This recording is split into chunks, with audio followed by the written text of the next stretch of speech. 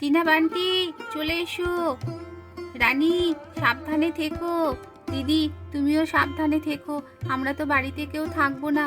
Tata রানী দিদি, tata. রাজা রানীর গল্প অনেক শুনেছি, তুমি আমাকে একটা ভূতের গল্প বলো না। ও ঠাকুমা, ঠাকুমা ওঠো না, আমাকে একটু দাঁড়িয়ে দাও না ঠাকুমা, আমার খুব ভয় লাগছে, আমি বাথরুমে যাব।